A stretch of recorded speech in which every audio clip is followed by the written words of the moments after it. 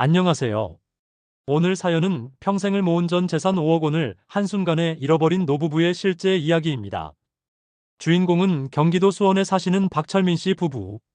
철민 씨는 72세, 부인 순희 씨는 69세입니다. 40년간 성실하게 살며 모은 돈 5억 원을 20년 지기 친구에게 투자했다가 하룻밤 사이에 모든 것을 잃었습니다. 더 충격적인 것은 그 친구가 처음부터 이들을 속일 계획이었고 다른 지인들까지 끌어들여 조직적으로 사기를 쳤다는 사실입니다. 과연 어떻게 20년 우정이 이런 비극으로 끝나게 되었을까요? 그리고 이 노부부에게는 어떤 더 충격적인 일들이 기다리고 있었을까요? 오늘 이 이야기를 끝까지 들으시면 아무리 가까운 사이라도 돈 문제에서는 조심해야 한다는 교훈을 얻으실 수 있을 것입니다. 일부 평생을 모은 소중한 돈, 성실한 인생의 결실. 박철민 씨는 1972년부터 한 제조업체에서 40년간 근무한 모범적인 직장인이었습니다. 고등학교 졸업 후 바로 입사해서 정년까지 한 회사에서 버틴 평생 직장 세대였죠. 그때는 정말 열심히 살았어요. 야근도 마다하지 않고 주말에도 나가서 일했죠. 성실하게 일하면 언젠가는 보상받는다는 믿음이 있었거든요. 부인 순희 씨도 마찬가지였어요. 결혼 후 아이 둘을 키우면서도 동네 슈퍼를 운영하며 가게의 보탬이 되었습니다. 새벽 5시에 일어나 과일 도매 시장에서 물건을 사와서 밤 10시까지 가게를 지켰어요. 정말 하루도 쉰 적이 없었어요. 명절이나 일요일에도 가게 문을 열었죠. 한 푼이라도 더 벌어서 아이들 교육비 대고 노후 준비해야 한다는 생각뿐이었어요. 절약의 달인들. 이 부부의 절약 정신은 정말 대단했습니다. 철민 씨는 점심값을 아끼기 위해 매일 도시락을 싸가지고 다녔어요. 회사 동료들이 외식을 해도 집에서 싸온 게 있다며 참여하지 않았죠. 담배도 술도 하지 않았고 옷도 몇 년씩 같은 것을 입었습니다. 순희 씨는 더욱 철저했어요. 마트에 가면 할인 상품만 골라서 사고 전기요금을 아끼기 위해 여름에도 선풍기만 사용했어요. 미용실도 1년에 2번밖에 가지 않았죠. 친구들이 그렇게 아끼면서 살면 뭐 하냐고 했지만 저희는 목표가 있었어요. 노후에 자식들한테 짐이 되지 않고 당당하게 살고 싶었거든요. 목표 달성의 기쁨. 40년간의 노력 끝에 철민 씨가 정년퇴직할 때 모인 돈은 총 5억 원이었습니다. 퇴직금 2억 원, 그동안 모은 적금과 예금 3억 원이었어요. 5억 원. 그때 통장을 보면서 정말 뿌듯했어요. 평생을 이렇게 알뜰하게 살아서 이만큼 모았구나. 이제 좀 여유롭게 살 수 있겠다 싶었죠. 부부는 이 돈으로 노후 계획을 세웠어요. 3억 원은 정기예금에 넣어두고 이자로 생활비를 충당하고 2억 원은 조금 더 수익률이 좋은 곳에 투자해서 여행도 다니고 손자들 용돈도 주자고 계획했어요. 아이들한테는 절대 손 벌릴 생각이 없었어요. 우리끼리 알아서 살 수 있을 만큼은 모아뒀으니까. 가끔 아이들 도와주고 손자들 학원비도 대주고 그러면서 살려고 했죠. 투자에 대한 고민. 하지만 2012년경 은행 금리가 계속 떨어지면서 고민이 생겼습니다. 정기예금 금리가 3%도 안 되니까 물가 상승률을 따라가기 어려웠어요. 은행 직원이 이 금리로는 실질적으로 돈이 줄어드는 거예요 라고 하더라고요. 그래서 좀 더 수익률이 좋은 투자처를 찾아봐야겠다고 생각했어요. 하지만 주식이나 펀드 같은 건 너무 복잡하고 위험해 보였어요. 평생 은행 예금밖에 안 해본 사람들에게는 그런 투자가 도박처럼 느껴졌죠. 주식은 하루아침에 반토막 날 수도 있다잖아요. 그런 위험은 감수할 수 없었어요. 그래도 은행 금리보다는 조금 더 나은 안전한 투자처가 있으면 좋겠다고 생각했죠. 그때 구세주처럼 나타난 사람이 바로 20년 지기 친구 김영수 씨였습니다. 이부 믿을 만한 친구의 등장. 20년 우정의 시작. 김영수 씨와 박철민 씨의 만남은 1995년으로 거슬러 올라갑니다.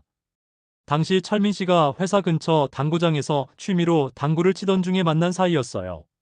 김영수 씨는 철민 씨보다 5살 많은 형격이었고 작은 무역업체를 운영하고 있었어요. 늘 정장을 깔끔하게 입고 다니고 외제차를 몰고 다니는 모습이 성공한 사업가로 보였죠. 영수 형은 정말 멋있어 보였어요.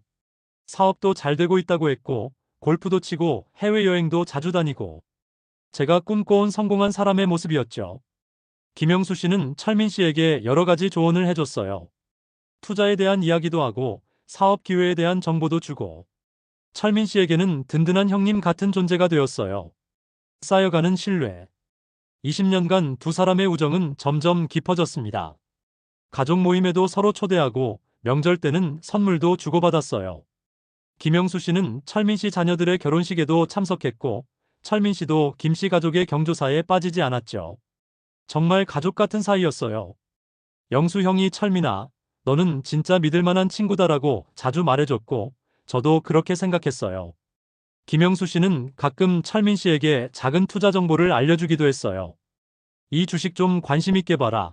이 부동산이 오를 것 같다 같은 조언들이었는데 실제로 맞아떨어지는 경우가 많았어요. 한두 번이 아니라 계속 적중하더라고요. 역시 사업하는 사람은 정보가 빠르구나 생각했죠. 그래서 영수 형의 말을 더욱 신뢰하게 되었어요. 성공한 사업가의 이미지. 김영수 씨는 늘 여유로운 모습을 보였어요. 비싼 식당에서 밥을 사주고 좋은 술을 마시며 돈은 돌려야 더 많이 들어온다는 철학을 갖고 있었죠. 회사를 여러 개 운영한다고 했고 해외에도 사업을 확장하고 있다고 말했어요. 실제로 명함도 여러 개 갖고 있었고 외국에서 온 전화를 받는 모습도 자주 봤죠. 영수 형 집에 놀러 가면 정말 크고 좋았어요. 아파트도 대형 평수고 가구도 전부 비싼 것들. 사업이 정말 잘 되나 보다 생각했죠. 투자 제안의 시작. 2015년경부터 김영수 씨가 철민 씨에게 투자 이야기를 본격적으로 꺼내기 시작했어요. 철민아, 너 은행에만 돈 넣어두면 안 돼. 이 시대에 그런 식으로 하면 돈이 줄어드는 거야. 나한테 좋은 투자처가 있는데. 처음에는 작은 금액부터 시작하자고 했어요. 1천만 원 정도를 자신의 사업에 투자하면 연 15% 수익을 보장해주겠다고 했죠. 15%라니. 은행 금리의 5배였어요. 처음에는 너무 높은 거 아니야? 라고 했는데 영수 형이 사업이 그렇게 잘 돼서 그런 거다라고 하더라고요. 김영수 씨는 자신의 사업 현황을 자세히 설명해줬어요. 해외 바이어들과의 계약서도 보여주고 공장 사진도 보여주면서 이 정도 규모의 사업을 하니까 15% 정도는 충분히 가능하다고 설득했어요. 첫 투자의 성공. 결국 철민 씨는 1천만 원을 투자했습니다. 그리고 정확히 1년 후 약속대로 원금 1천만 원과 이자 150만 원을 받았어요. 정말 신기했어요.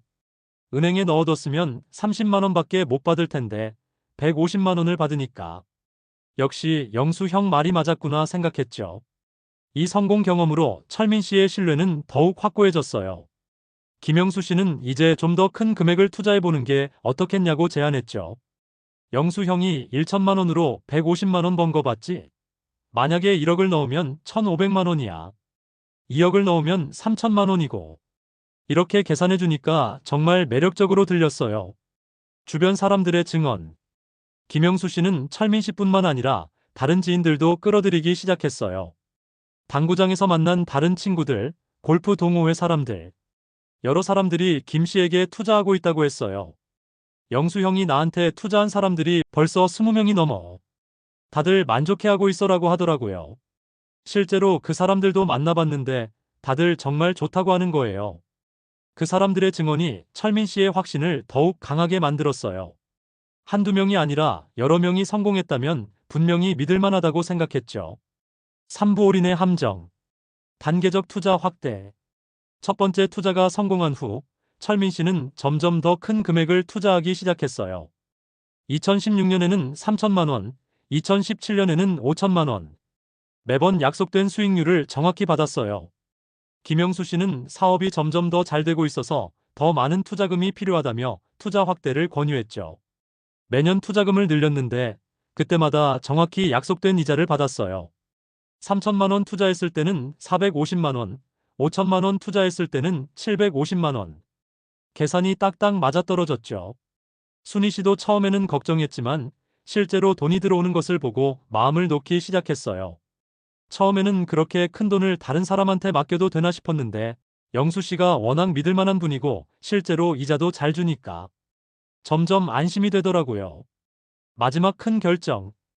2018년 김영수 씨가 철민 씨에게 빅찬스를 제안했습니다. 철민아, 지금 정말 큰 계약이 들어올 것 같아. 해외 바이어가 엄청난 물량을 주문하려고 하는데 선금이 많이 필요해. 이번에 크게 투자하면 정말 대박 날 수 있어. 김영수 씨는 이번에는 수익률을 20%까지 올려주겠다고 했어요. 그리고 이런 기회는 흔하지 않으니까 빨리 결정하라며 재촉했죠. 영수 형이 그동안 한 번도 거짓말한 적이 없었거든요. 5년간 약속을 다 지켰으니까. 그래서 이번이 정말 큰 기회구나 생각했어요. 철민 씨는 남은 돈 2억 원을 모두 투자하기로 결심했습니다. 총 투자금이 5억 원이 되는 순간이었어요. 계약서와 안전장치. 김영수 씨는 이번에는 정식 계약서도 작성해줬어요. 회사 도장도 찍고 보증인도 세워주면서 이제 정말 안전하다고 강조했죠. 계약서에 연 20% 수익 보장, 원금 보장 등이 다 명시되어 있었어요. 보증인으로 영수형의 사업 파트너도 서명했고 정말 완벽해 보였어요. 김영수 씨는 또한 만약에 문제가 생기면 내 아파트라도 팔아서 갚겠다며 자신의 재산을 담보로 제시하기도 했어요. 영수형 아파트가 시세로 8억은 될 텐데 그걸 담보로 잡는다니까 정말 안전하다고 생각했죠. 투자 완료와 기대. 2018년 3월 드디어 5억 원의 투자가 완료되었습니다. 철민 씨 부부는 앞으로 매년 1억 원의 이자 수익을 얻을 수 있다는 기대에 부풀었어요. 1억 원이면 한 달에 800만 원씩 쓸 수 있는 거잖아요. 정말 여유롭게 살 수 있겠다 싶었어요. 여행도 다니고 손자들 용돈도 많이 주고 김영수 씨도 이제 진짜 부자가 됐다며 축하해줬어요. 비싼 술까지 사서 축배를 들었죠. 영수 형이 철민아, 이제 너도 부자 대열에 합류했다. 앞으로 더 좋은 기회들이 많이 있을 거야 라고 하더라고요. 첫 번째 이상 신호. 하지만 6개월 후인 2018년 9월 첫 번째 이자 지급일에 문제가 생겼어요. 김영수 씨가 전화를 걸어서 죄송한데 해외 바이어 쪽에서 대금 지급이 조금 늦어져서 이자 지급을 한 달만 미뤄도 될까? 라고 요청했어요. 처음에는 사업하다 보면 그런 일도 있지 생각했어요. 영수 형이 그동안 한 번도 약속을 어긴 적이 없었으니까 한 달 정도는 기다려줄 수 있다고 했죠. 하지만 한 달이 지나고 2달이 지나도 이자는 나오지 않았습니다. 사부 악몽의 시작. 연락 두절의 공포. 2018년 12월 김영수 씨와 연락이 완전히 끊어졌습니다. 전화를 걸어도 전원이 꺼져 있거나 통화권 밖에 있습니다라는 안내 멘트만 나왔어요. 문자를 보내도 답이 없었고 이메일도 마찬가지였죠.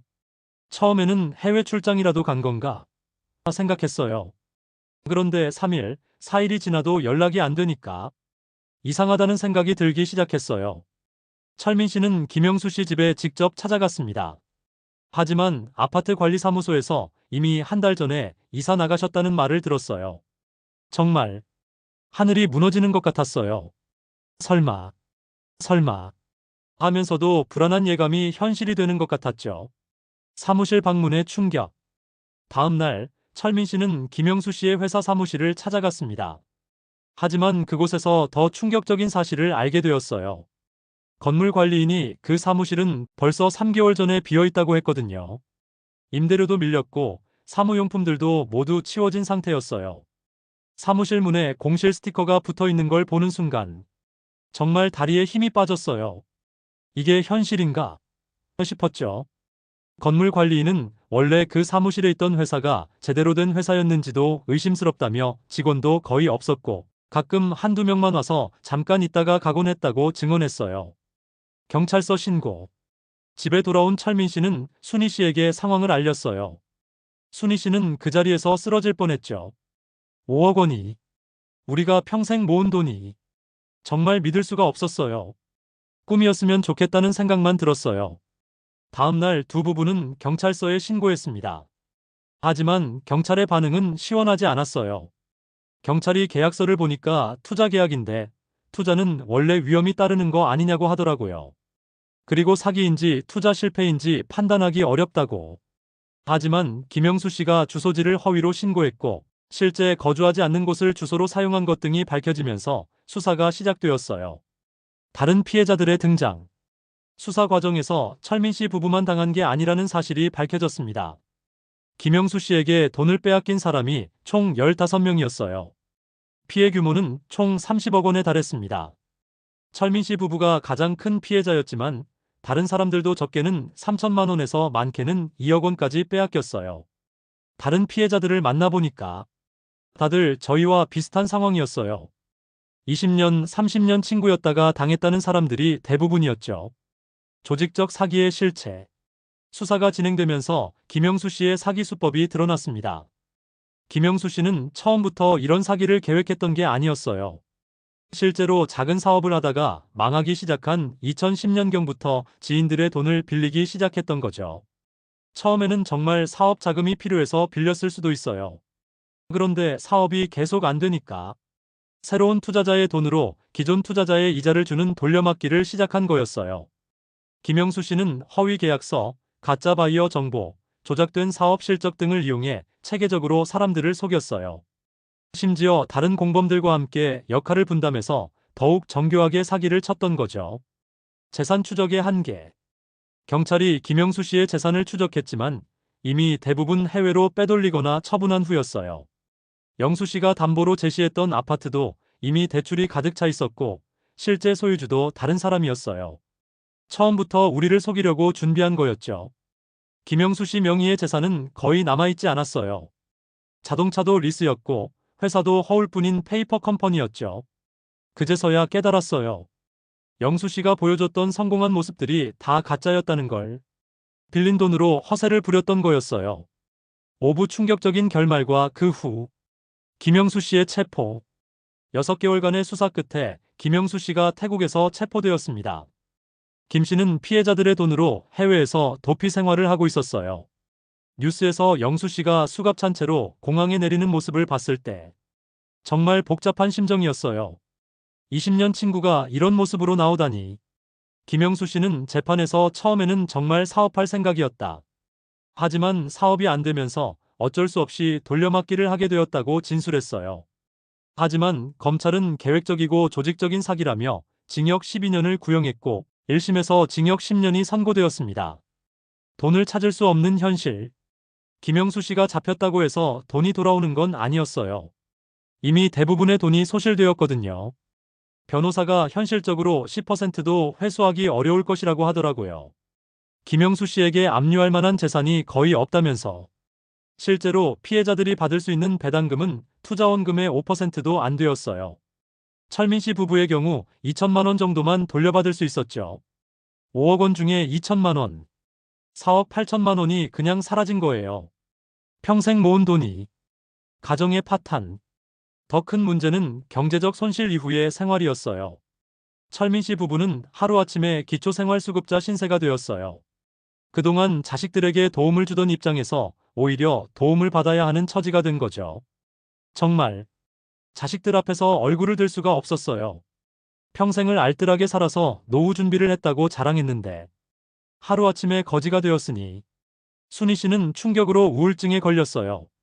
식사도 제대로 하지 못하고 밤에 잠도 자지 못했죠.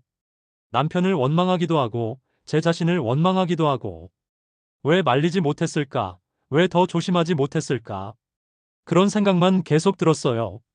철민 씨도 마찬가지였어요. 건강이 급격히 나빠졌고 당뇨병과 고혈압까지 생겼어요. 정말 죽고 싶었어요. 평생을 성실하게 산 게 뭐가 되었나. 결국 바보가 되어서 사기꾼한테 당하고 사회적 시선과 고립. 더 힘든 것은 주변 사람들의 시선이었어요. 동네에서 만나는 사람들이 수군거리는 소리가 들렸어요. 어떻게 5억 원을 그렇게 쉽게 맡겼을까? 너무 순진했다. 친구들과의 관계도 어색해졌어요. 돈 이야기가 나올 때마다 위축되고 자연스럽게 모임에도 참석하기 어려워졌죠.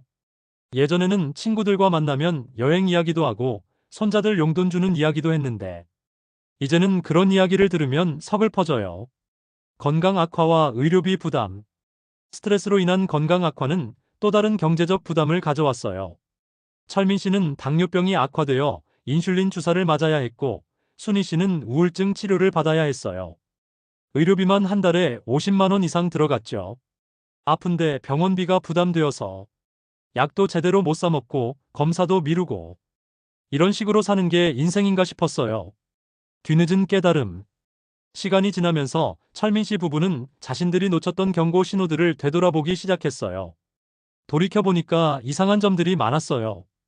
영수 씨가 구체적인 사업 내용은 말하지 않으면서도 항상 잘 되고 있다고만 했고 사무실도 제대로 된 게 아니었고 너무 높은 수익률도 의심스러운 점이었어요. 은행 금리가 3%인 시대에 20%를 보장한다는 것 자체가 말이 안 되는 일이었죠.